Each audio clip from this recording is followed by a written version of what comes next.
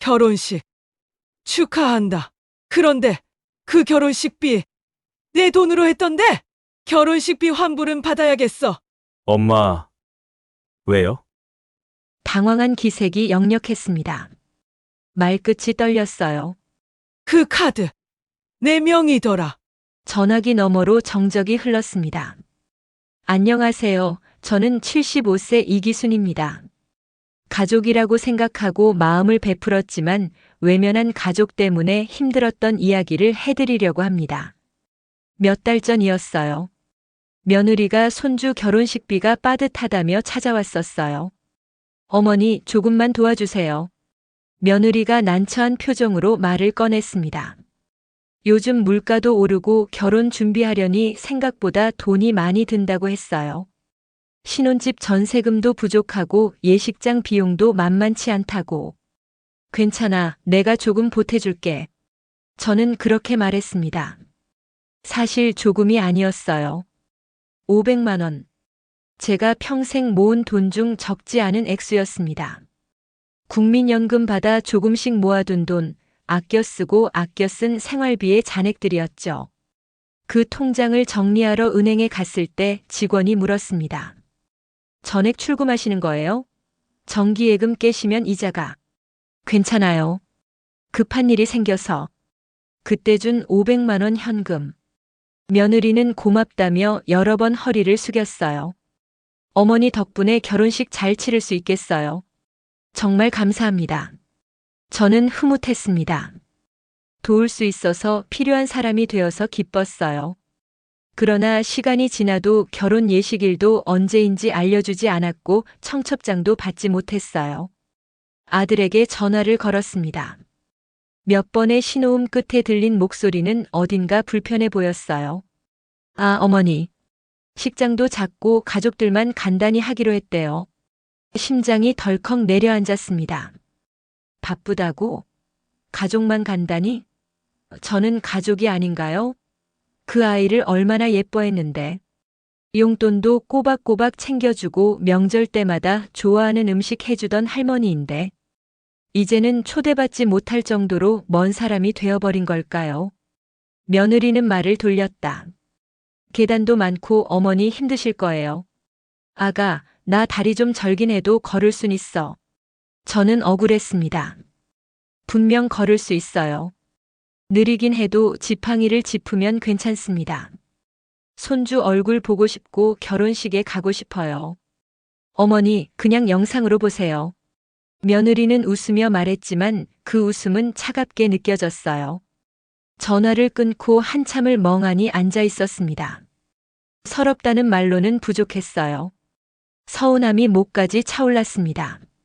손주 사진첩을 꺼내 들었지만 눈물이 흘러 제대로 볼 수가 없었습니다.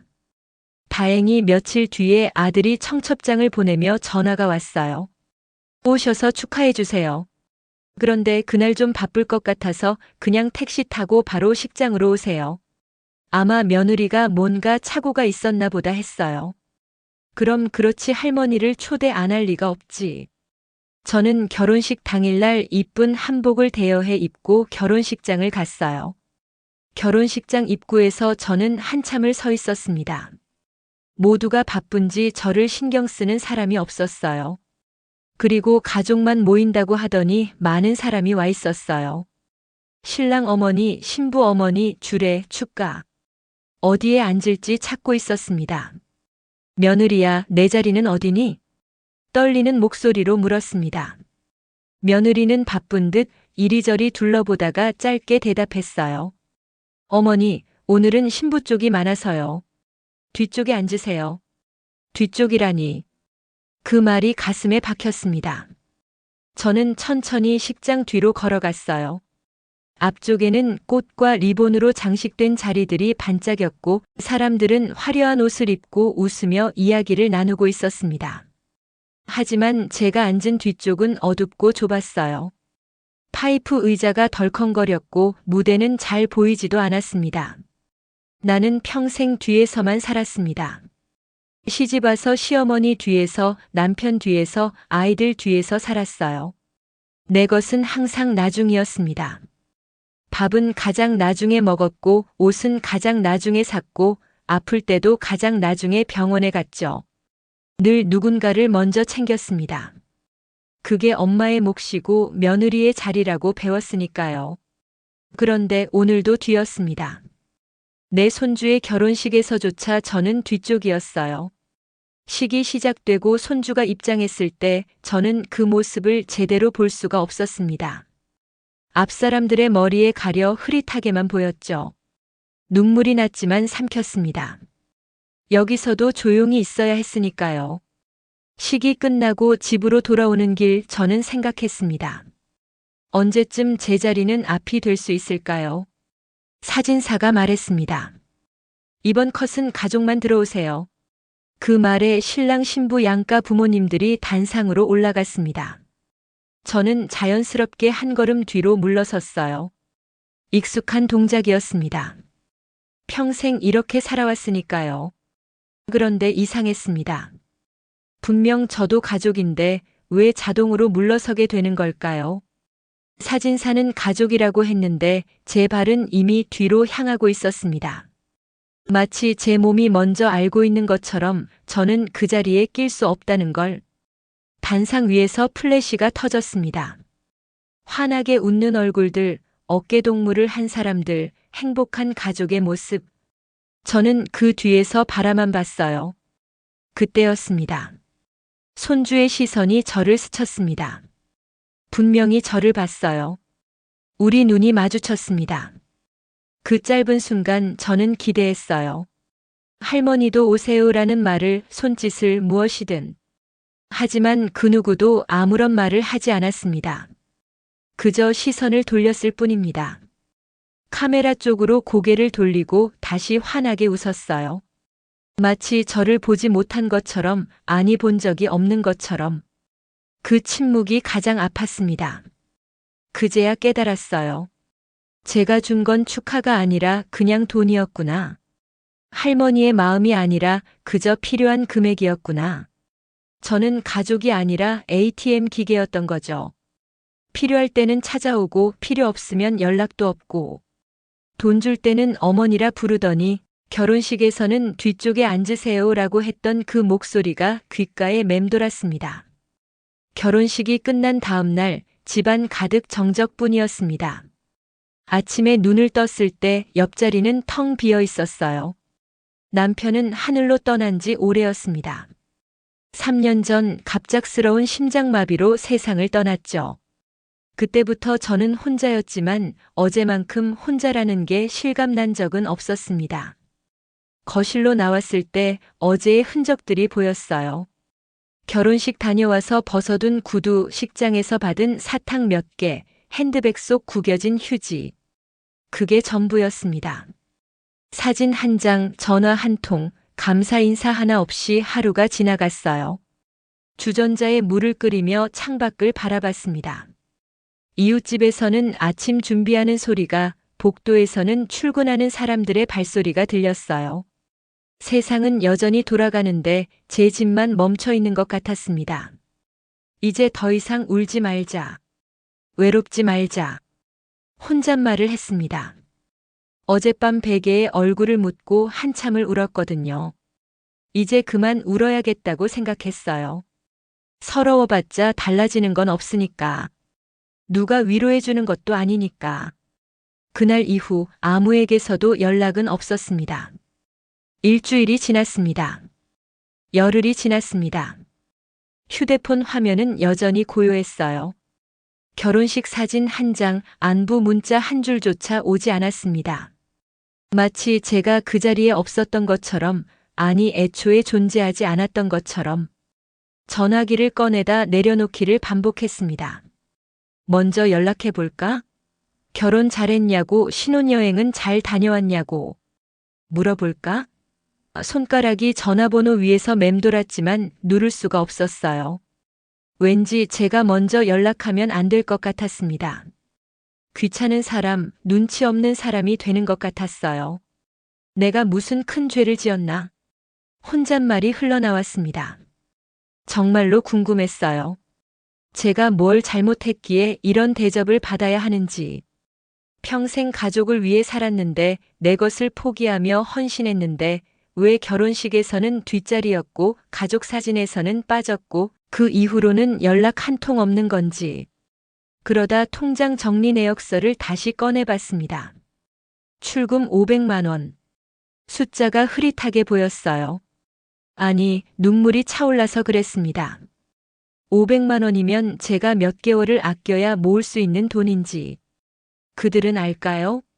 병원비 아끼고 외식 한 번 덜하고 옷 한 벌 사는 것도 망설이며 모은 돈인데. 이젠 알겠어요. 제가 그들에게 어떤 존재인지.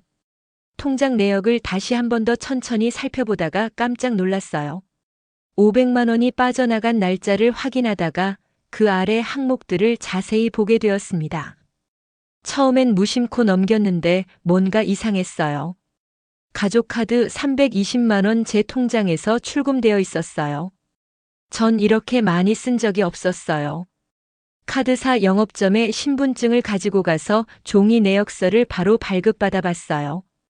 창구에 앉아 직원이 건넨 명세서를 펼쳤을 때 숨이 막혔어요. 한 달, 두 달, 석 달.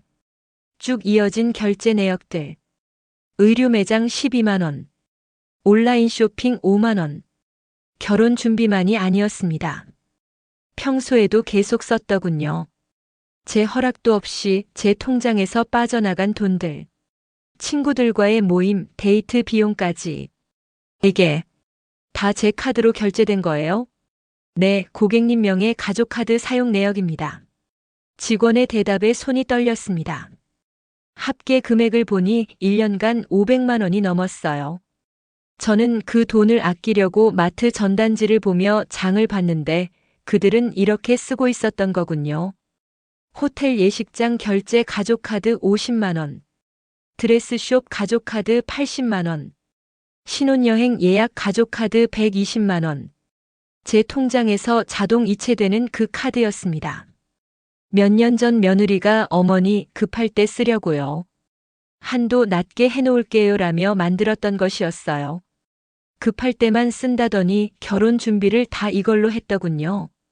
손가락으로 내역을 하나하나 짚어가며 계산했습니다. 뷔페 예약금, 청첩장 인쇄비, 메이크업 예약. 합계가 자꾸 늘어났어요. 300만 원, 400만 원. 제가 준 500만 원까지 합치면 거의 1000만 원에 가까웠습니다. 결혼식은 초대 안 하려고 하더니 돈은 내 돈 썼네. 하지만 제 돈으로 결혼식을 올린 그 손주는 저를 가족 사진에 세우지도 않았습니다. 제 돈으로 차린 예식장에서 저는 뒷자리에 앉았어요. 손이 떨렸습니다. 눈물이 아니라 분노였습니다. 이제껏 서러움만 느꼈는데 이 순간만큼은 화가 치밀어 올랐어요. 가슴이 뜨겁게 달아올랐습니다. 입술을 깨물었지만 떨림은 멈추지 않았습니다. 이용당한 거였구나. 그들은 처음부터 알고 있었던 거예요. 제가 거절하지 못한다는 걸. 어머니라고 부르면 지갑을 연다는 걸. 가족이라는 이름으로 무엇이든 시킬 수 있다는 걸. 며느리가 조금만 도와주세요라고 했을 때의 그 표정이 떠올랐습니다. 난처해 보였지만 이제 생각해보니 확신에 찬 얼굴이었어요. 제가 줄 거라는 걸 이미 알고 있었던 거죠. 집으로 돌아온 저는 책상 서랍을 열어 가족 카드를 꺼냈어요. 플라스틱 카드가 손에 들려 있었지만 무겁기만 했습니다. 이 작은 카드 하나가 제 노후 자금을 갉아먹고 있었다니. 가위를 꺼냈습니다. 카드를 반으로 자르려다 멈췄어요. 아니, 이것만으로는 부족합니다. 그리고 아들에게, 며느리에게 따져 물어야 합니다. 그래도 얼른 전화하기가 쉽지 않았어요. 밤마다 생각했습니다. 혹시 제가 모르는 사이에 실수를 했나, 기분 나쁜 말을 했나, 돌이켜봐도 떠오르는 게 없었어요. 그저 조용히 있었을 뿐인데. 항상 그랬듯이. 하지만 며칠이 더 지나자 마음 한구석엔 서늘한 결심이 피어났습니다. 그래, 이번엔 나도 가만히 있지 않겠다. 더 이상 참지 않기로 했습니다. 더 이상 이해하려 하지 않기로 했어요. 괜찮아, 그럴 수 있지, 바쁘겠지 같은 말로 제 마음을 달래지 않기로 했습니다. 저는 수첩을 꺼내 적기 시작했습니다. 그동안 제가 해준 것들을요. 손주 양육비, 명절 때마다 준비한 음식과 용돈, 아플 때 병원 간호, 집안일 도와주던 시간들. 적다 보니 몇 페이지가 넘어갔어요. 이게 다 제 인생이었구나 싶었습니다. 그리고 전화기를 들었습니다. 이번엔 내려놓지 않았어요. 통화 버튼을 눌렀습니다. 신호음이 울렸고 아들이 받았습니다. 여보세요? 저는 손으로 가슴을 쓸어내리며 말했어요. 나다. 할 말이 있어서 전화했어. 목소리는 떨렸지만 분명했습니다. 더 이상 착한 엄마, 순한 시어머니, 말 잘 듣는 할머니로만 살지 않을 거예요. 제 감정을 말하고 제 서운함을 표현하고 제 존재를 주장할 겁니다. 평소와 다름없는 목소리였어요. 마치 아무 일도 없었다는 듯이. 저는 천천히 하지만 또박또박 말했습니다. 결혼식 잘 치렀더라. 축하한다. 아, 네. 감사합니다. 근데 말이다. 목소리를 낮췄습니다. 근데 그 결혼식비 내 돈으로 했던데. 결혼식비 환불은 받아야겠어. 엄마, 무슨 말이에요? 당황한 기색이 역력했습니다. 말끝이 떨렸어요. 하지만 저는 멈추지 않았습니다. 그 카드 4명이더라. 전화기 너머로 정적이 흘렀습니다. 숨소리만 들렸어요. 아들은 아무 말도 하지 못했습니다. 변명도 해명도 없었죠. 그 침묵이 모든 걸 증명했습니다. 그들이 알고 있었다는 것을, 일부러 숨겼다는 것을. 왜 물어보지도 않고 썼어? 왜 거짓말했어? 이번엔 정말로 참지 않을 겁니다. 더 이상 착한 시어머니, 순한 할머니 노릇은 그만둘 거예요. 어머니, 그게. 며느리 목소리가 들렸습니다. 아들 옆에서 전화를 듣고 있었나 봅니다. 그게 뭐니? 말 좀 해봐라. 저는 차분하게 물었습니다. 화를 내지 않았어요. 오히려 침착했습니다. 그게 더 무서웠는지 며느리의 목소리가 흔들렸습니다. 저희가 어머니한테 먼저 말씀드렸어야 했는데, 먼저 말씀드려야 할 게 아니라 허락을 받았어야지. 죄송해요. 도와주신다고 하셔서 카드 썼어요. 내가 도와주기로 한 건 500만 원이었잖아. 미안하다고 끝나는 게 아니잖니. 통장 정리하다가 봤어. 호텔 예식장, 드레스, 신혼여행까지. 내 카드로 다 결제했더라고. 내가 준 500만 원 말고도 말이야. 합치면 1000만 원이 넘어. 1000만 원. 내가 얼마나 아껴서 모은 돈인 줄 아니? 목소리가 떨렸습니다. 참으려 했지만 감정이 올라왔어요. 그 돈으로 치른 결혼식에서 난 뒷자리에 앉았어. 가족 사진에도 못 들어갔고. 그러고도 연락 한 통 없더라. 내가 뭐니? ATM 기계니? 어머니, 정말 죄송해요. 저희가 잘못했어요. 그래도 저도 서운해요. 어머니, 손주 결혼식 비용 내준 게 그렇게 아까우세요? 며느리가 울먹이는 소리가 들렸습니다. 하지만 이번엔 그 눈물에 넘어가지 않을 겁니다. 다음 주까지 내 통장으로 1000만 원 입금해라. 분할로 해도 좋아. 하지만 반드시 갚아. 그리고 그 카드 내일 당장 해지할 거야. 앞으로 내 돈 함부로 쓰지 마. 필요하면 말로 물어봐. 그게 예의야. 네, 죄송해요, 어머니. 마지막으로 하나만 묻는다. 왜 나한테 그랬어? 내가 뭘 잘못했어? 긴 침묵이 흘렀습니다. 대답은 없었어요. 아마 그들도 모를 겁니다. 그냥 당연하다고 생각했겠죠. 엄마니까, 시어머니니까, 할머니니까 참을 거라고. 대답 없으면 그만 끊을게. 어머니, 정말 죄송합니다. 미안하다는 말 말고 행동으로 보여줘. 너네가 썼던 비용들 통장에 입금해놔. 전화를 끊었습니다. 손은 여전히 떨렸지만 마음은 후련했습니다. 드디어 제 목소리를 냈으니까요. 오늘부터 저는 누군가의 엄마도 시어머니도 할머니도 아닌 그냥 나로 살아보려 합니다.